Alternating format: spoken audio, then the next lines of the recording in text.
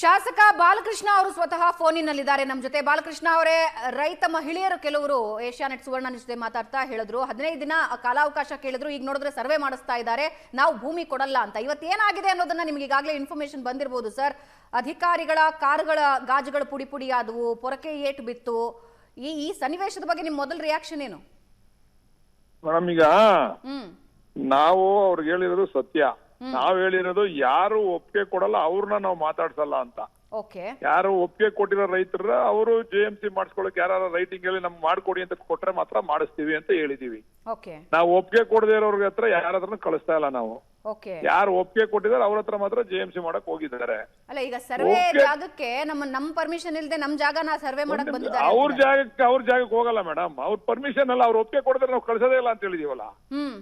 ಅವರು JMC ಮಾಡಿ ಅಂತ ಯಾರಾದ್ರೂ ಈಗ ನಾವ್ ಹೇಳಿರೋದೇನು ಅಂತಂದ್ರೆ, ಲ್ಯಾಂಡ್ ಯಾವ್ದು ಫೈನಲ್ ನೋಟಿಫಿಕೇಶನ್ ಆಗಿದೆ ಆ ಜಾಗದಲ್ಲಿ ಯಾರು ಬಂದು ನಮ್ದು JMC ಮಾಡ್ಕೊಡಿ ಅಂತ ಕೇಳಿದವ್ರಿಗೆ ಮಾತ್ರ ಕಳಿಸ್ತಾ ಇದೀವಿ. ಬೇಡ ಅಂತವ್ರಿಗೆ ನಾವು ಕಳಿಸ್ತಾ ಇಲ್ಲ. ಈಗ ಬೇಡ ಅಂದಿರೋರ್ನ ಕಳಿಸ್ತಾ ಇದ್ರೆ ಅಲ್ಲೋಗಿ ಗಲಾಟೆ ಮಾಡೋದು ಎಷ್ಟು ಸೂಕ್ತ ಅದು? ಈಗ ಅವ್ರು ನಿಮ್ ಜಮೀನಿಗೆ ಬಂದಾಗ ಗಲಾಟೆ ಮಾಡಿ ನೀವು, ನಾವೇನ್ ಅದಕ್ಕೆ ನಾವು ತಕರಾರಿಲ್ಲ. ಅದಕ್ಕೆ ನಿಮ್ಗೆಲ್ಲ ಹಕ್ಕು ಐತೆ. ಬೇರೆಯವ್ರ ಜಾಗಕ್ಕೆ JMC ಮಾಡಕ್ ಹೋದಾಗ ನೀವು ತಡೆಯೋದು, ಗಲಾಟೆ ಮಾಡೋದು ಸುಮ್ನೆ ನ್ಯೂಸೆನ್ಸ್ ಅಲ್ವಾ ಅದು? ನೀವೇ ಹೇಳಿ, ಇದ್ರ ಅರ್ಥ ಇದ್ರ ಹಿನ್ನೆಲೆ ಏನು? ಯಾರೋ ಎತ್ಕಟ್ಟಿರೋದಲ್ವಾ ಇದು? ಯಾರು ಅಂತ ನಿಮ್ಗೆ ಗೊತ್ತು? ರಾಜಕೀಯವಾಗಿ ಯಾರೋ ಮಾತಾಡ್ತಿದ್ರು. ನಾನು ಮಾತಾಡಕ್ಕಿಂತ ಮುಂಚೆ ಏನೋ ಪೊಲೀಸ್ನವ್ರಿಗೆ ಧಮಕಿ ಅದೇನೋ ಹೇಳ್ತಿರು ಪೊಲೀಸ್ನವ್ರಿಗೆ ಅವ್ರು ಯಾರು ಅಂತ. ನಾವ್ ಹೇಳೋದೇನಂದ್ರೆ, ಯಾರು ಒಪ್ಪಿಗೆ ಕೊಟ್ಟಿದ್ರೆ ಅವ್ರ ಹತ್ರಕ್ ಮಾತ್ರ ಕಳ್ಸೋದ್. ನಾವು ಒಪ್ಪಿಗೆ ಕೊಟ್ಟಿದ್ರೆ ನಾವು ಕಳ್ಸಲ್ಲ ಅಲ್ಲಿಗೆ.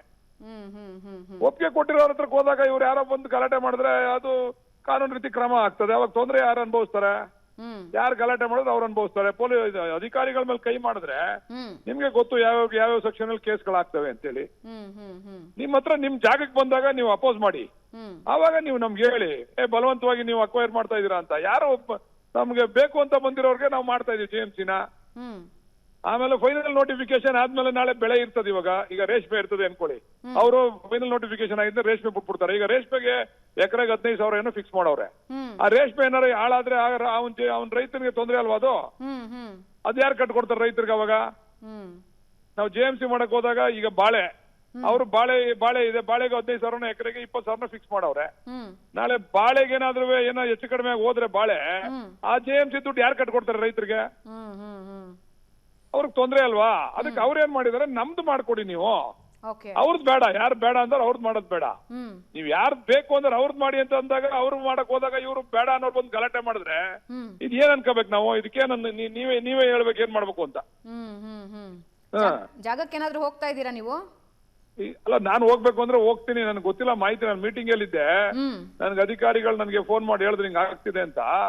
ನಾನೀಗ ಮಾಗಡಿಲಿ ಯಾರೋ ನಮ್ ಲೀಡರ್ ಒಬ್ರು ತೀರೋಗ್ಬಿಟ್ಟಿದ್ರು, ಬಂದಿದೆ ಇಲ್ಲಿ ಮೀಟಿಂಗ್ ಮುಗಿಸ್ಕೊಂಡು. ಈಗ ನೋಡ್ತೀನಿ ಅದೇನೋ ಸನ್ನಿವೇಶ ತಿಳ್ಕೊತೀನಿ ಪೊಲೀಸ್ನವ್ರ ಹತ್ರ. ಆಮೇಲೆ ಹೋಗ್ತೀನಿ. ಬೇಕಲ್ಲ ಬಾಲಕೃಷ್ಣ ಅವರೇ, ಇವಾಗ ನಮ್ ಜೊತೆ ಒಬ್ಬ ರೈತ ಮಹಿಳೆ ಇದೆ ಮೇಡಮ್. ಈಗ ಒಂದ್ ನಿಮಿಷ, ಇದೇ ಕ್ಲಾರಿಟಿ. ಬೇಕು ಮಾಡ್ತೀವಿ, ಬೇಡ ನಿಲ್ಸ್ತೀವಿ. ನಾವೇನ್ ಬಲವಂತವಾಗಿ ಮಾಡಕ್ ಹೋಗಲ್ಲ. ನೀವು ಬೇಕು ಅನ್ನೋರ್ಗು ಹೋಗಿ ನಾವು ಗಲಾಟೆ ಮಾಡ್ತೀವಿ ಅಂತಂದ್ರೆ ಇದು ರೌಡಿಸಮ್ ಆದಂಗ ಆಗ್ಲಿಲ್ವಾ? ಅಲ್ಲ, ಅವ್ರು ಹೇಳ್ತಾ ಇರೋದು ಸರ್ಕಾರ ರೌಡಿಸಮ್ ಮಾಡ್ತಾ ಇದೆ ಅಂತ. ಹೌದು, ನಿಮ್ಮ ಹತ್ರ ಬಂದಾಗ ನೀವ್ ಹೇಳಿ ಅದನ್ನ. ಬೇರೆಯವ್ರ ಜಾಗಕ್ಕೆ ಹೋದಾಗ ಅವ್ರು ಯಾರಲ್ಲ ಬೇಕು ಅಂತ ಅಂದಿರೋರು ಒಟ್ಟಾಗ ಅಲ್ಲಿ ಹೋದ್ರೆ ನಾವು ಹೋಗ್ತಾ ರೌಡಿಸಮ್ ಮಾಡೋರು ಯಾರೋ, ದೌರ್ಜನ್ಯ ಮಾಡಿರೋರು ನಿಮ್ ಜಾಗದಲ್ಲಿ ಬಂದ್ ಮಾಡಿದಾಗ ನೀವ್ ಹೇಳಿ. ನಾವು ಬೇಡ ಅಂತ ಹೇಳಿದ್ದು ಬಂದ್ ನಮ್ಮ ಮೇಲೆ JMC ಬಲವಂತವಾಗಿ ಏರ್ತಾವ್ರೆ ಅಂತ ಹೇಳಿ ನೀವು.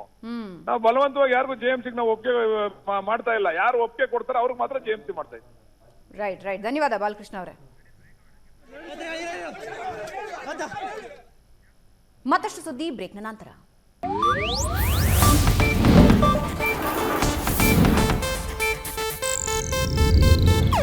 ಇದು ಏಷ್ಯಾನೆಟ್ ನ್ಯೂಸ್ ನೆಟ್ವರ್ಕ್ ಪ್ರಸ್ತುತಿ.